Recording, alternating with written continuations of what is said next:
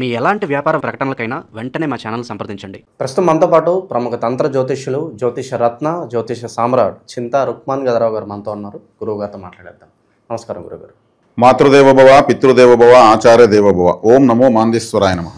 గురుగారు, 2025 డిసెంబర్ మాసం విశేషంగా ధనుసు రాశి వాళ్ళు ఎలాంటి ఫలితాలు ఎక్స్పెక్ట్ చేయొచ్చు? సంవత్సరం చివరికి వచ్చేసాం, డిసెంబర్ మాసంలో ఉన్నాం. కొత్త సంవత్సరానికి సంబంధించి కూడా ఎటువంటి ప్రణాళికలు చేసుకుంటే బాగుంటుందో కూడా మనకు తెలిసింది.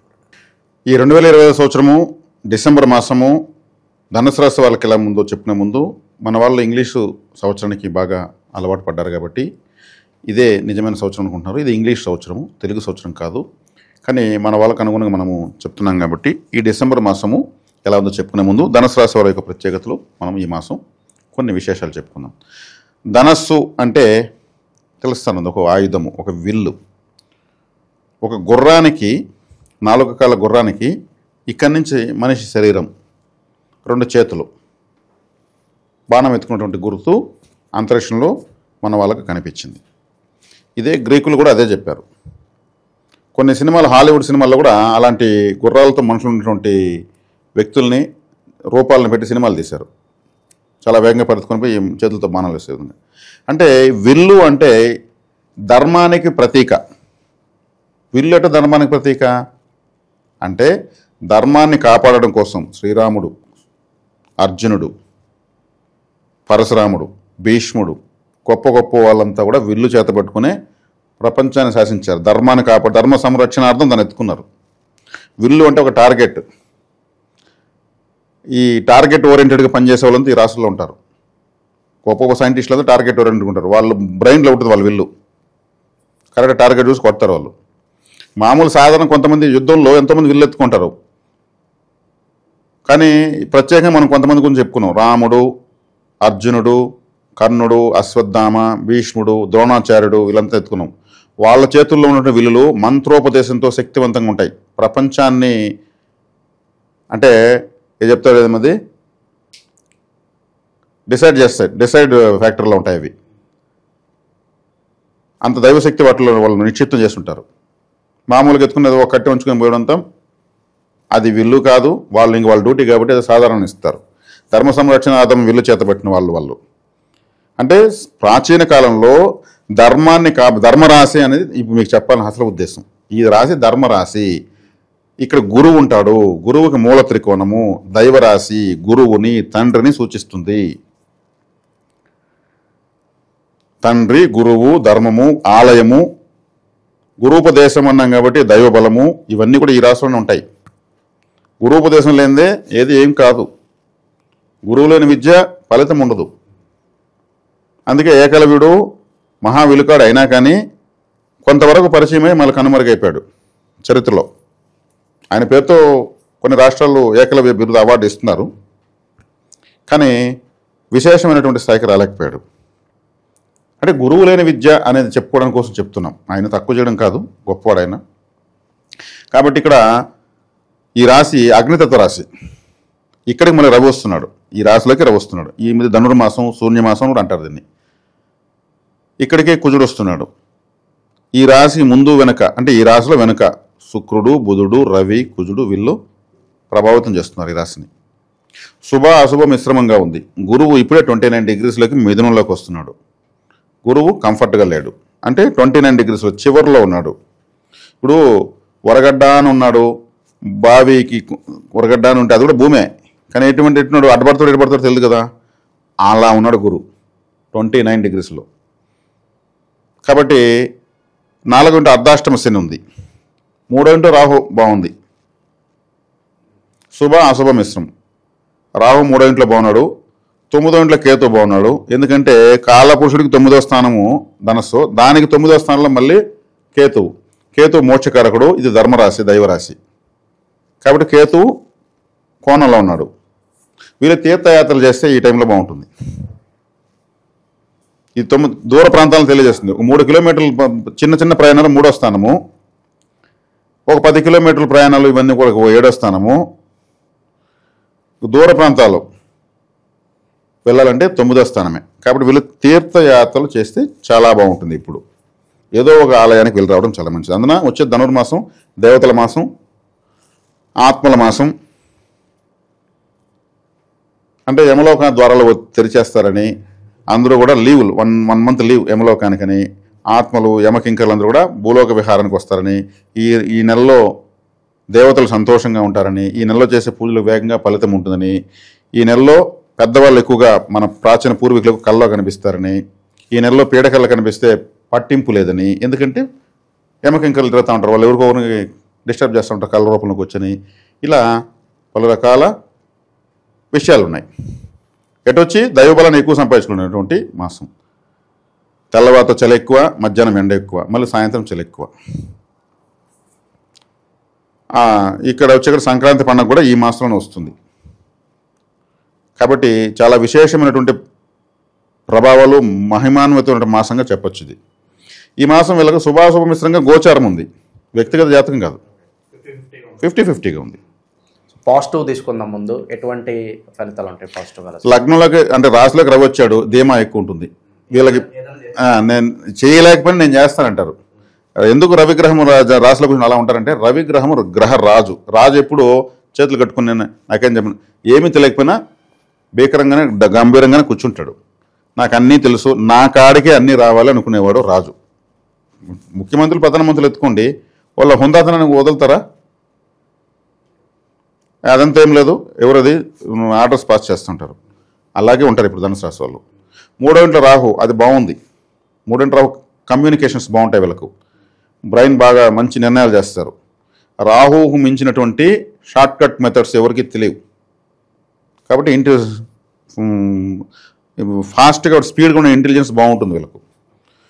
తీర్థయాత్రలు అంటే వీళ్ళు దగ్గరలో ఉన్న ఆలయాలు కూడా ఎక్కువ వెళ్ళి రావచ్చు. ఎక్కడో కాశీకు అయోధ్య మనం పొమ్మని చెప్పడం లేదు. కేతు ఉన్నాడు కాబట్టి తీర్థయాత్రలతో కేతు యాక్టివేట్ అయిపోతాడు. 9వ స్థానం భాగ్యము, అంటే భాగ్యాధిపతి మన లగ్నంలో ఉన్నాడు, రాశిలో ఉన్నాడు. ఈ కనెక్టివిటీ కాబట్టి శుక్రుడు వీళ్ళకు కరెక్ట్గా లేడు. కరెక్ట్గా లేకపోవడమే కరెక్ట్ వీళ్ళకు. ఎందుకంటే 6వ ఇంటి వాడు పాపగ్రహం. ఈ రాశికి పాపగ్రహం కంఫర్ట్గా లేకపోవడం మంచిదే. ఇది ఈ వివరణ మనం ఇవ్వాలి. అన్ఎక్స్పెక్టెడ్ ఈవెంట్స్ ఏమైనా జరుగుతాయి అంటారా? అంటే వీళ్ళు కూడా ఊహించనివి, అవునా నేను ఎక్స్పెక్ట్ చేయలేదు అనే సంఘటనలు ఏమన్నా? అట్లాంటివి ఏం జరగవండి. అష్టమ స్థానమే దానికంత కారణం. అష్టమ స్థానం అంటే వీళ్ళకు కర్కాటకం అవుతుంది. అట్లాంటిది ఏం జరగవు. వీళ్ళకి ధీమా ఎక్కువ ఉంటుందని చెప్పాము. ఒకవేళ జరిగితే వీళ్ళు లెక్క చేయరు. ఏం చెప్పాను ఇప్పుడు? ప్రభుత్వము, రవి అంటే ప్రభుత్వము, ధనుసు రాశి అంటే ప్రభుత్వం, ధర్మరాశి అని చెప్పాను కదా. ప్రభుత్వాన్ని సమాజాన్ని ఉద్ధరించడం కోసం వీళ్ళెత్తుకున్నారని చెప్పాను కదా. కాబట్టి ఇది ప్రభుత్వ రాశి ఇది. కాబట్టి ఈ రాశిలోకి ఇప్పుడు రవి వచ్చాడు కాబట్టి వీళ్ళకి ఏదైనా ప్రభుత్వ ఉద్యోగ ప్రయత్నాలు ఉన్నా, ప్రభుత్వంతో ఏదైనా బిల్స్ ఉన్నా, ప్రభుత్వంతో ఏదైనా కాంట్రాక్ట్లు కావాలనుకున్నా, ట్రాన్స్ఫర్లు కావాలనుకున్నా అవుతాయి. ప్రభుత్వ సంబంధమైన పనులు అయిపోతాయి, దైవ సంబంధమైన పనులు అయిపోతాయి. గవర్నమెంట్ జాబ్కి ట్రై చేసిన అంటే జాబు ట్రై చేస్తే వీళ్ళకు గవర్నమెంట్ కూడా కన్వెంట్ కావాలి కదా, ఈ టైంలో అనౌన్స్ చేయాలి కదా, అనౌన్స్ వాళ్ళు చేయాలి. అట్లాంటివి ఏంటంటే వీళ్ళకు సానుకూలమైన పరిస్థితులు ఉంటాయి. ఇట్లాంటివన్నీ బాగా పాజిటివ్. జన్మంలోకి రవి వచ్చినప్పుడు వేడి ఉష్ణగ్రహం కాబట్టి దేహానికి జ్వరం రావడము, ముక్కులు ఎండిపోయేసి అది జలుబు లేక వచ్చే ట్యాబ్లెట్స్ వైద్యం వాడడం. అంటే ఆయన వచ్చినప్పుడు ఎక్కువ ఇది అగ్నితో రాసి దాంట్లో ఇంకా ఎక్కువ వేడి పెరిగిపోతుంది. ఇట్లాంటివి వచ్చే అవకాశం ఉంది.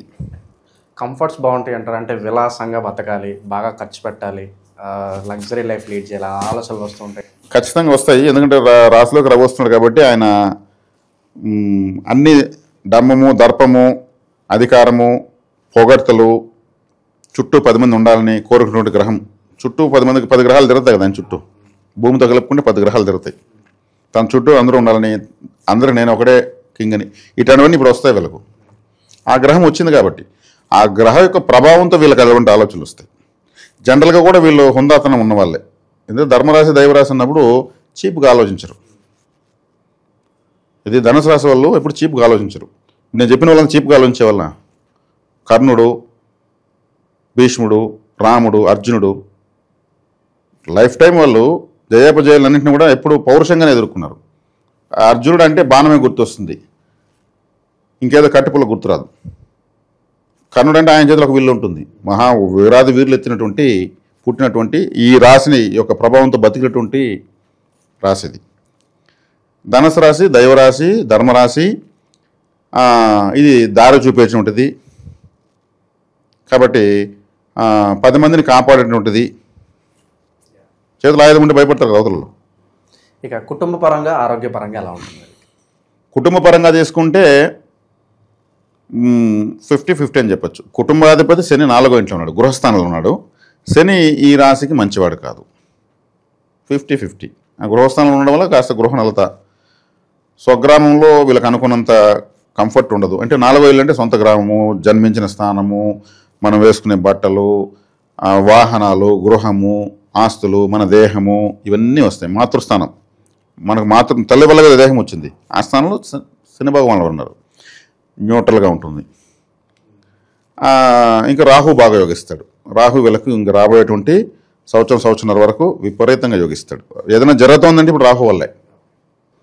సాధారణంగా ఇంత మంచి ఫలితాలు ఉన్నప్పుడు ఈ శత్రువులు ఎక్కువైపోవడము, నరఘోష, నరదిష్టి ఇలాంటి ప్రభావాలు సాధారణంగా ఉంటాయి. ఇది ఈ నెల రాశి ఫలితాలతో సంబంధం లేకుండా వీళ్ళకి ఉంటుందండి. ఎందుకంటే ధనస్సు రాశి అంటే బాణము, అది శత్రువు కోసమే చేతిలో ఎత్తుకునేటువంటిది. బాణం చేతులు ఉన్నప్పుడు ఖచ్చితంగా శత్రువులు ఉండనే ఉంటారు. ఎత్తుకోకపోతేనే వీళ్ళకి సమస్య. అది చేతిలో ఉండాలి. ఇప్పుడు అంటే ఒక ఆయుధం లాంటి ఆలోచన ఉండాలి వీళ్ళకి. ఎప్పుడు ఆయుధం లాంటి పరిహారం కూడా ఏదైనా ఉంటే తెలియచేసిన తర్వాత ఆయుధం లాంటి పరిహారం తీసుకుంటే వీళ్ళకి ధనుసు రాశి వాళ్ళకు ఇది ధర్మరాశి దైవరాశి అన్నాం కాబట్టి దైవ మార్గాన్ని అనుసరించడం కరెక్టు. ఇక్కడ రవి గ్రహం మరింత ఉధృతంగా ఉంటుంది కాబట్టి సూర్య నమస్కారాలు ఖచ్చితంగా చేయాలి. వీళ్ళకి పితృదోషం ఖచ్చితంగా ఉంటుంది. పితృదోషం వీళ్ళకి ఖచ్చితంగా ఉంటుంది. ధనుసు రాశిలో పుడితే ఇంక పితృదోషము అంటే పూర్వీకుల యొక్క అనుగ్రహము తక్కువ ఉందని అర్థం. దానికి నివారణ ఏంటంటారు? నివారణ అంటే పితృ నక్షత్రము, మకా నక్షత్రము, పితృతిథి, అమావాస్య, ఈ 2 తిథుల్లో అమావాస్య, నక్షత్రాల్లో మకా నక్షత్రం, ఈ 2 రోజుల్లో ఏదైనా అన్నదానం చేయాలి.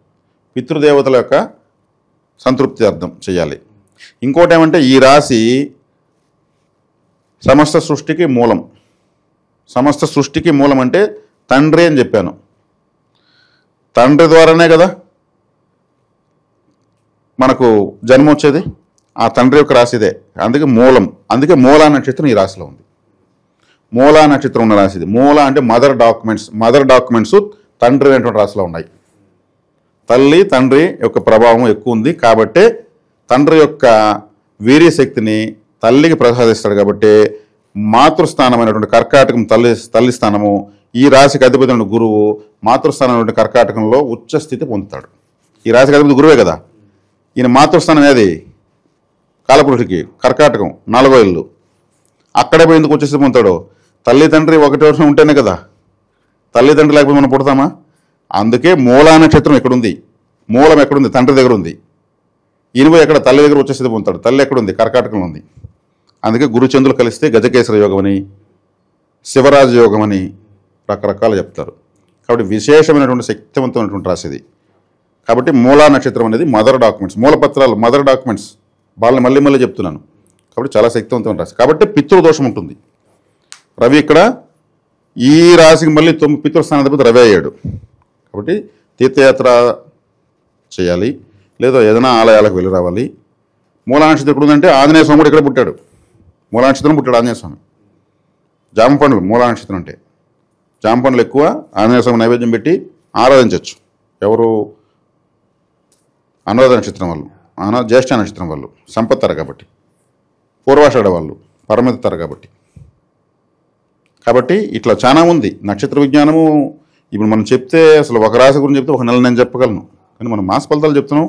మన రాశి అలాగే మనం నక్షత్రాల గురించి స్పెసిఫిక్గా చేస్తున్నాము. దానికి కూడా ఇద్దామండి. మనము జ్యోతిష్ శాస్త్రంలో ఉన్నటువంటి అపారమైనటువంటి రహస్యాలను కూడా మనము మన వాళ్ళకు మన వీక్షకులు ఖచ్చితంగా ఇస్తాం. దానికి కంకణం కట్టుకున్నాం. ఎటువంటి ఉంది ఈ ప్రతి ఒక్క రాశి ఎంత గొప్పదో చూడండి, ఒక్కొక్కసారి ఆలోచించండి.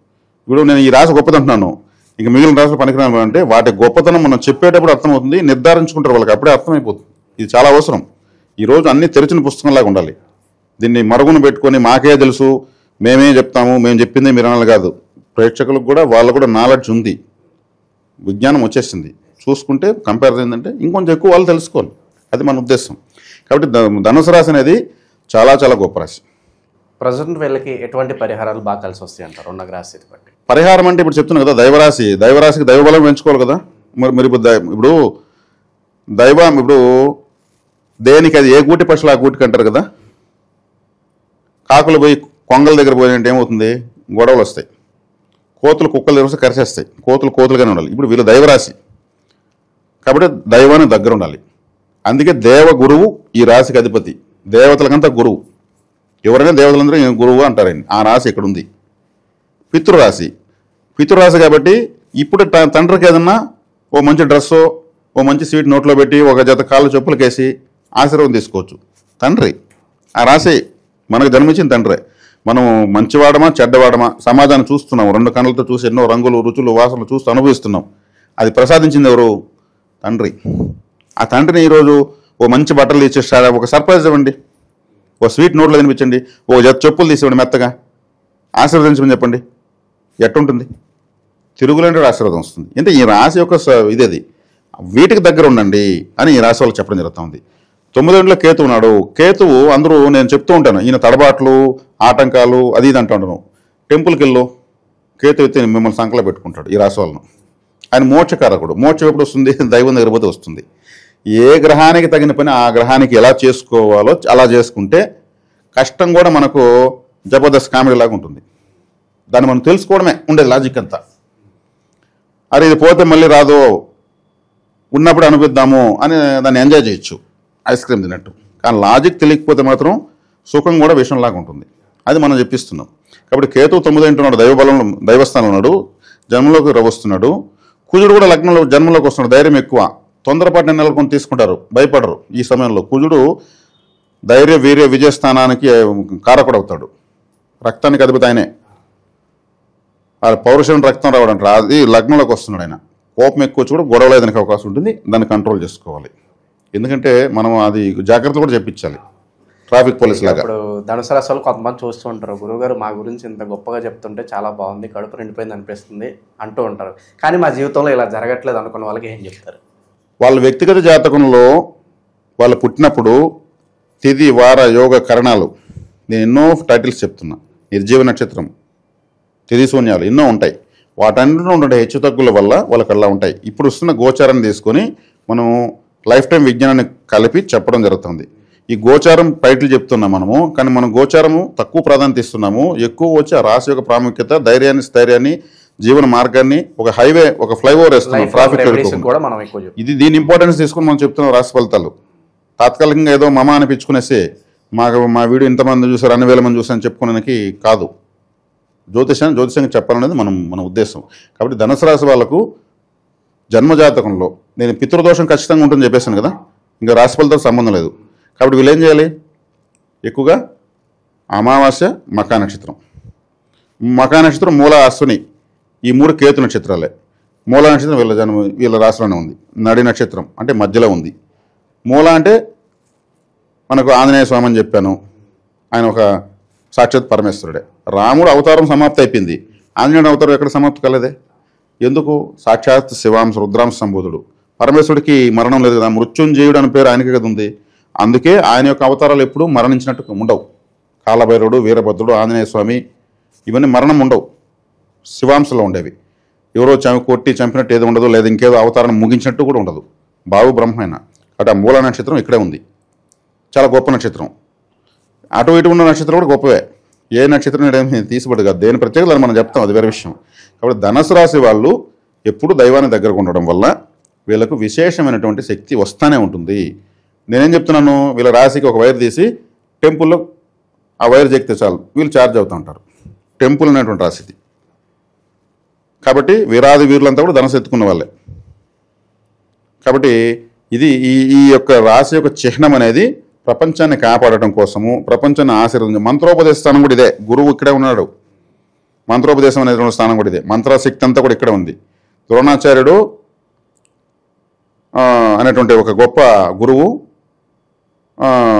కూడా ధనుసు రాశి ప్రభావంతోనే చరిత్ర తిరగరాశాడు. ఇది విషయం. కాబట్టి ఈ రాశి వాళ్ళు ఇప్పుడు దైవబలం ఎక్కువగా టచ్లో ఉండాలి. అమావాస్యకు మకా నక్షత్రం రోజు ఏదైనా అన్నదానం చేయాలి. అన్నదానం వండి మనం పెట్టలేమండి, మేమేం చేయలేదు, నువ్వేం చెప్పేసామంటారు. కాశీ, అయోధ్య ఇట్లా గొప్ప పుణ్యక్షేత్రంలో 24/7 అన్నదానాలు జరుగుతుంటాయి. ఆన్లైన్ ఫెసిలిటీ ఇచ్చారు, QR కోడ్లు ఇచ్చారు. 100 రూపాయలు వేయండి, మీరు వేయగలిగిన 100 వేయండి. 1116లో నేను ఇంత మినిమం ఇంత మనం చెప్పడం లేదు కదా. ఎవరి శక్తి మేర వాళ్ళు అమావాస్య రోజు ఎవరో తింటారు అక్కడ, వాళ్ళు తింటే కొంత రక్తం వాళ్ళకి తయారవుతుంది. ఇక్కడ మీకు మీ పితరుల ఆశీర్వాదం వస్తుంది. అంతే, వర్చువల్ కనెక్టివిటీనే కదా మొత్తము. ఇలా చేసుకోవచ్చు. మనం వండి మనం పెట్టాలంటే అయ్యే పని కాదు. ఇప్పుడు ఆ సౌకర్యాలు వచ్చాయి. ఒకప్పుడు కాలం చాలా ఇబ్బంది పరిహారాలు చేయాలంటే. బాధపడకుండా వండి పెట్టాలి, బాధపడుతూ వండి పెడితే అది పరిస్థితి కూడా రాదు. అంత కఠినంగా లేవు, ఇప్పుడు ఈజీ అయిపోయింది కాబట్టి చేసుకోవచ్చు. ఓవరాల్గా ధనుసు రాశి వారి స్థితిగతులు ఈ మాసంలో, అలాగే జీవితాంతం కూడా ఎలాంటి జాగ్రత్తలు తీసుకోవాలి, దోష నివారణ ఏ విధంగా చేసుకోవాలి అద్భుతంగా వివరించారు. ధన్యవాదాలు. ధన్యవాదాలు.